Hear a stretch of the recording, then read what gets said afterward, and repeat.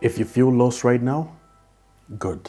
Because that means you're about to find something real, something game-changing. And I'm about to tell you what it is. We live in a world where everyone is telling you to chase something. Money, success, relationship. But let me ask you, what if you're chasing the wrong thing? What if instead of chasing things, you started chasing yourself? Most people feel stuck because they don't know their next move. They keep looking outward for answers when the truth is, the answer is inside of them. You don't find your path. Your path finds you when you become the right person for it. Instead of chasing success, start chasing the best version of you.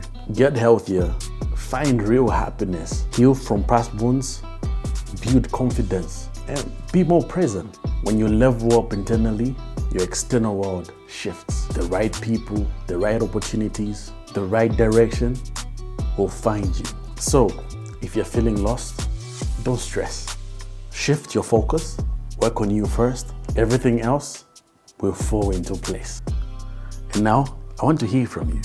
Drop a comment below. What's one thing you're working on right now to become the best version of yourself? If this message hit home, don't forget to like, share, comment, and subscribe.